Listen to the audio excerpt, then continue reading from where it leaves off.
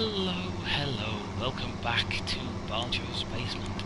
Still not as creepy as it sounds, I promise. This is episode 2 of my Farming Simulator 17 walkthrough on the PlayStation 4. Thank you for coming back, or indeed joining this one. We're just going through the opening tutorials of the game, just as a walkthrough to get the flavour. We're heading to our final checkpoint, I think, which is this crop circle sign on the right. Some no entry signs in there. How do I get it? Down that side. Clearly. Oops. There we go. There's no one ever outside. There we go. Which is the shop area. Now, I'm sure the tutorial will walk us through the shop. Lots of pedestrians around today. It's only 7:15 in the morning in a sleeping farming town. We'll go past that at a different time. So, here we have a shop where you can sell your vehicles and tools or buy new equipment. It is Morgan's Massive Motors. It's funny because Piers is a massive... Well, let's probably not say that. It's a family-friendly show, and we'll keep going like that. This shop is where you can sell your vehicles back to them if you need to raise a bit of cash, or if you've just got stuff you don't need, or to buy some new equipment. You can either visit the shop in person, activating the shopping signal in front of it, or trigger it anywhere by pressing the touchpad on the PlayStation controller. A bit like internet shopping, I presume. So there we go. Well, let's dive into the shop. First of all, let's go and turn our engine off. So yes, this was the last stop on the tour. Look out for more question marks that provide information about specific game elements, or visit the tutorials.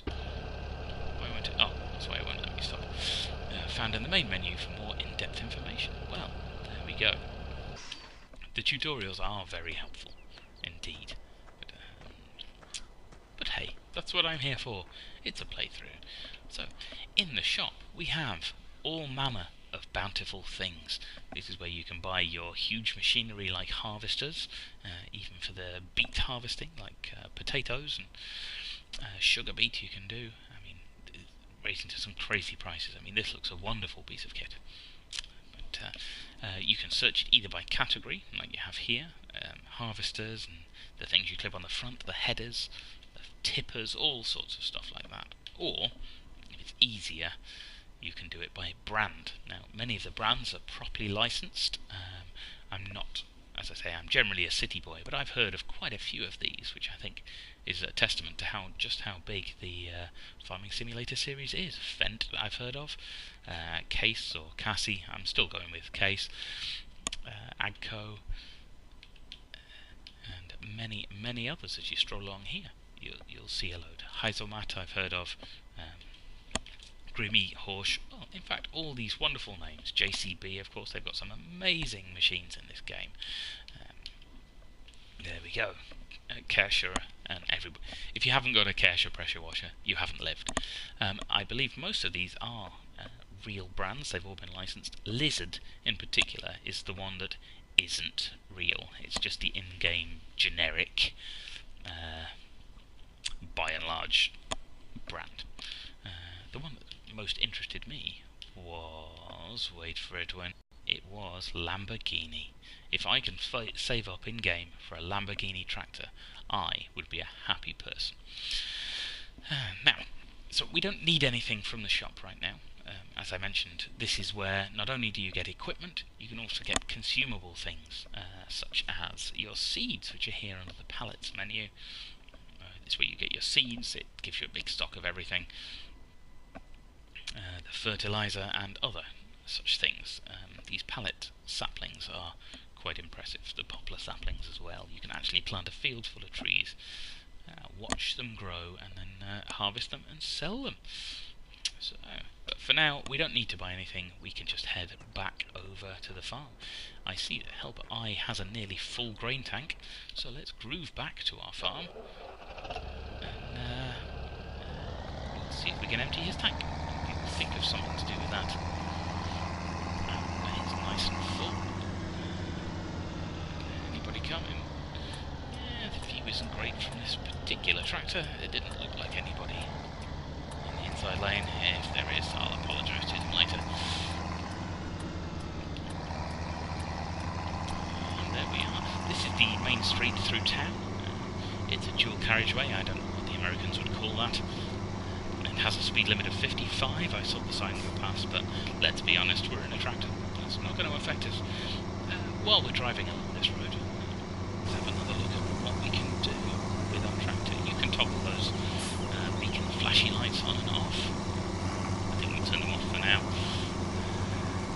Oh, I accidentally hit the indicator button, which isn't a great thing to do. And all sorts of things. We'll pop into town later, I think. I see in the top right, Helper I has a full grain tank. So we'd better get there and see if he can fill up our trailer. We'll think of something to do with that. Oh, it's a speed limit of 50. I do beg your pardon. Even so, I don't think we're going to be troubling the speed gun policeman today. So we're just coming up for our turn ahead, which is always nice. So let's get our flashy on. No one in our blind spot, which is always nice. And away we go. Yeah, we can beat that guy. We didn't cut him off too much. There we go. There's back over to the train tracks, so we can see our barn and our silos up ahead. Well, there we are.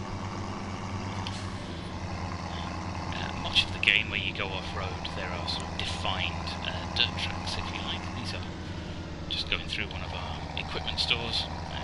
We've also rented some equipment stores to keep yourselves nice and clean. And there I see our combine harvester patiently waiting for us to come and have a nice empty tank. So we'll do that.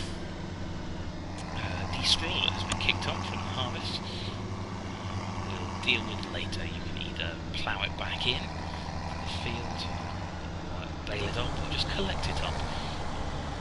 If you have bales, it will sell. There we go. That was close, that was close, nearly missed the outside. A bit so it fills. There we go. I don't know if he's still in there, to be honest, or if he's just got bored and gone home. Is there somebody still in there? Ian, are you still there, dude? Can't see. Oh yeah, it looks like he's still there. Possibly she. So oh yes. We better refer to her as Isabel then. I apologise, Isabel, for incorrectly assuming your gender. But they didn't give us much of a clue by just calling you Helper I. I think it would be nice if you could name them. There we go, so the tank is now empty. Isabel is continuing with her... Stop covering me in green, you crazy lady. Well, she's nearly finished the field anyway. Well, we'll follow her along. Just for a minute. We may as well wait till she's finished. Actually, you carry on there, is he? We'll pick you up at the end. Which would be nice. You can watch the harvester finish, and at that point we should get a little message saying Helper I has completed their task. Well, thank you very much, Izzy, for that. Come up here now, because she's not in there anymore. The arm didn't swing out automatically. Oh, I see everybody else is still doing what they do. So I will need to put the pipe out automatically. Let's get that done. When that is out, the grain should be emptied from that into the trailer automatically. It won't empty grain just into a big pile on the floor. There we go. So that's all nice and empty. I think I'll pop the pipe back in. And for now, let's just pop this big combine harvester dude in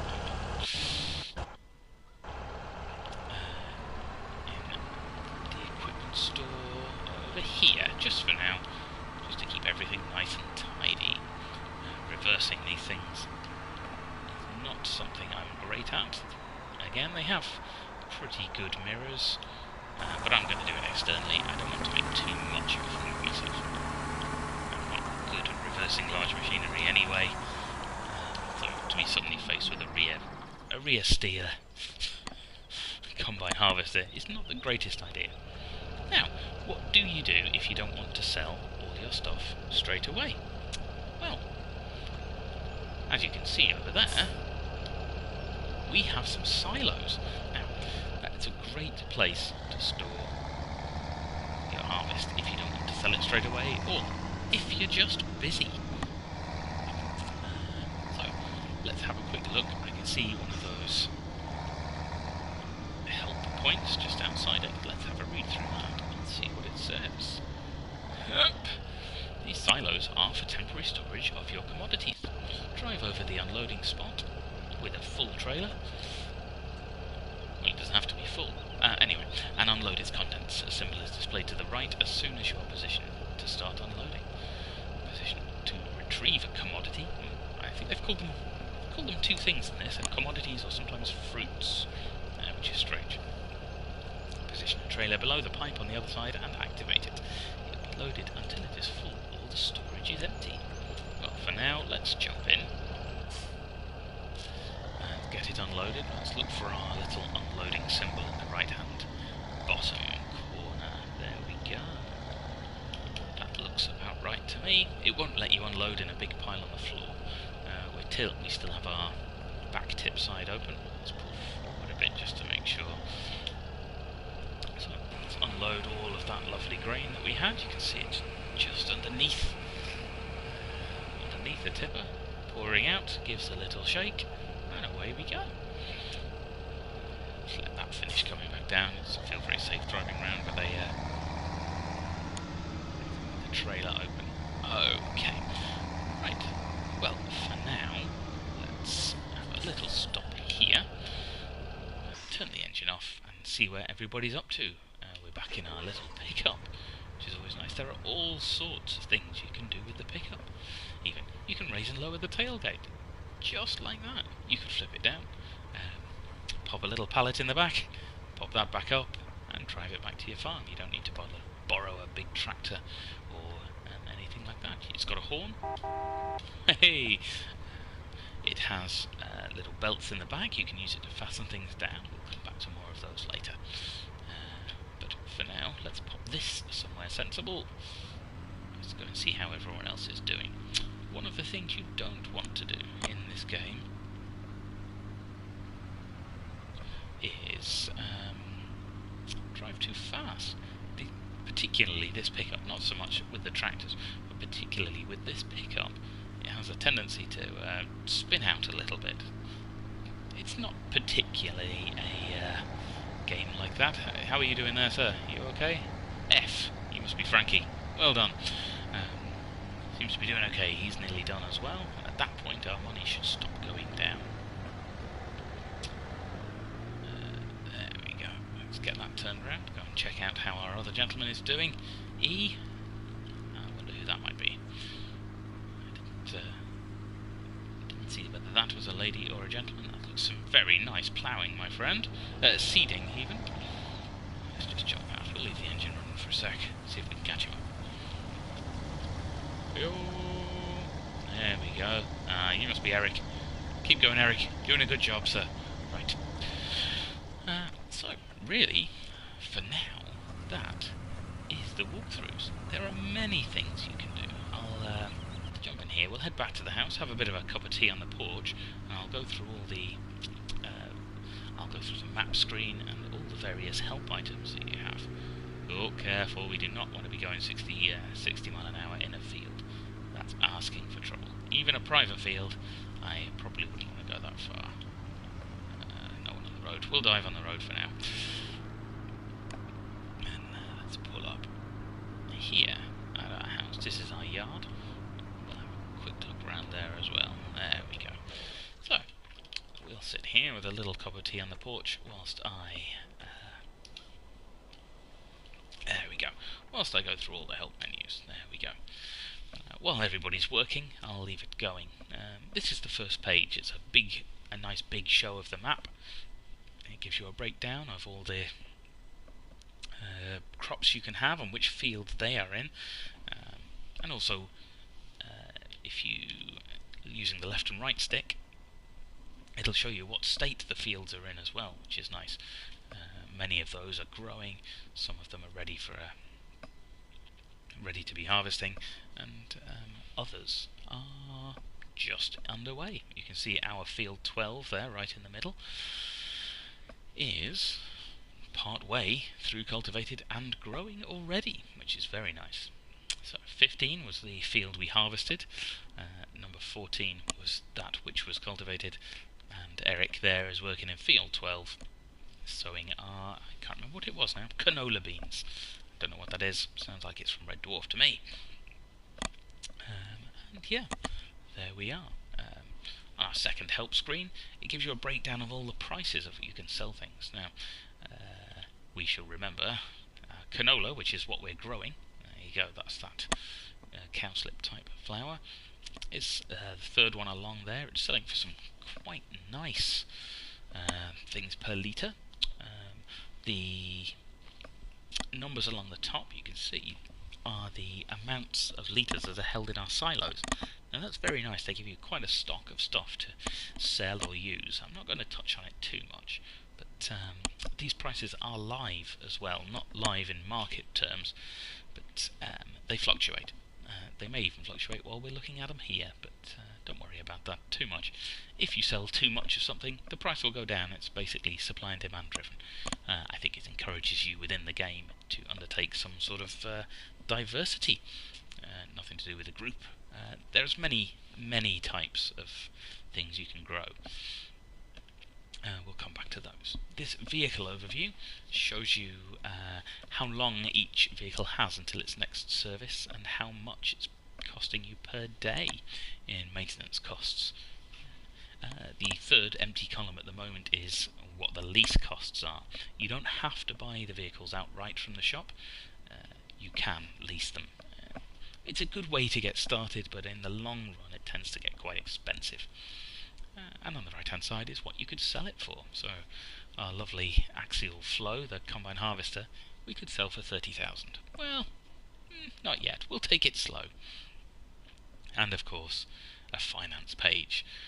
You start out in this game with a loan of 75,000 from the bank, which you can repay as things go on. Today, I see, we've not really done a lot of anything. Fuel costs, we had 88. I think that will still be going up because Eric is fueling stuff. Seed and fertilizer is what Eric's doing as well. That was the grain we sold at the Denton Bakery. And this is what we have paid in wages, which is not insignificant. But anyway, you can also, in addition to arable farming, you can raise a number of animals. There are sheep and pigs and cows in the base edition, which is amazing. I had a look on the mod section for llamas. There aren't any llamas, but we'll come back to our animals later. There we go. This tells you everything about what you've been doing. You can see on the left it says the hectares you've worked and the hectares that we have, and then it breaks it down per what it is: cultivated or sown or fertilised or harvested. How long they've been worked for, how long they've been cultivated for, and so on. It shows you how far you've driven, and all sorts of amazing stats. It tells us on the right hand side we've got one worker still working, so thanks Eric, try and get a move on, everyone else has finished, mate. And some eggs as well. You have some chickens, but we'll come back to those. These are the settings that I tweaked earlier on. I was happy with all of those as they were. The game, it's important to remember as well, the game does not pause whilst you're in these menus. It keeps going. If you're planning to mess about a lot, or if you've got the time on a fast forward, you probably don't want to leave that running in the menus, or it'll just get confusing. I've left it in real time for now. It's easier just to tootle along through. I think 5 is probably quite a good standard in terms of casual gaming. You can set it up to 120, but that's a little bit crazy. Here are the options you can change in terms of seeds and fertilizer. You can buy slurry, or you can, when you've you can buy slurry and manure there from the store, and it'll be there to collect. Or alternatively, if you have cows and sheep and pigs, then you will, well, be, let's go with making fertilizer, slurry and manure. There we go. I'm going to leave the plant withering off for now. Now, it's a nice realistic thing. If it doesn't get harvested in time, it will start to wither away, but for the purposes of a walkthrough, it's probably not fair. Periodic ploughing means, as it says down at the bottom, whether or not you need to plough your fields periodically to keep the yield high. We're going to leave that on. A sense of realism, otherwise you can just plant, scarify, plant, and nobody needs all that. You would need, even once a crop has been planted, you can further fertilise it. If you do that so many times through the game, you will increase the yield from that field. You will still get some, but you won't get a lot. And our last page is the help page, which tells us all sorts, broken down into categories on the left: crops, ploughing and sowing. It tells us there's 10 types of crops: the standard cereals, wheat, barley and canola, sunflowers, soybeans, right through to sugar beets, potatoes and poplar. You would sell these for many things, and if you have animals, you can use your harvest. You can only use your harvest, in fact, to feed those animals, rather than buying animal feed at the store. Now, I think I've rambled for long enough today. What we will do is remember to save, because, saving. And we'll have a quick pop back, see how Eric's getting on. We finished our cup of tea now. Thanks, Mark. Eric can't be too far away from having finished, so we'll have a dash over there. I think that's where he is, isn't it? Yeah. Where are you, Eric? Get yourself going, fella. There we go. Now, being on the Isle of Man, which is generally a farming community, although not quite on the scale of Goldcrest Ridge, I'm sure if anybody has taken the time to watch this from my standard friends list, that, they'll be telling me just how wrong I'm doing stuff. I'm happy with that. I'll be trying to keep it as realistic as possible in terms of not driving 70 miles an hour through a field, indicating that sort of thing. So, for now, I'll let Eric finish his thing, and we will be back with episode 3 very soon. Thank you very much for watching.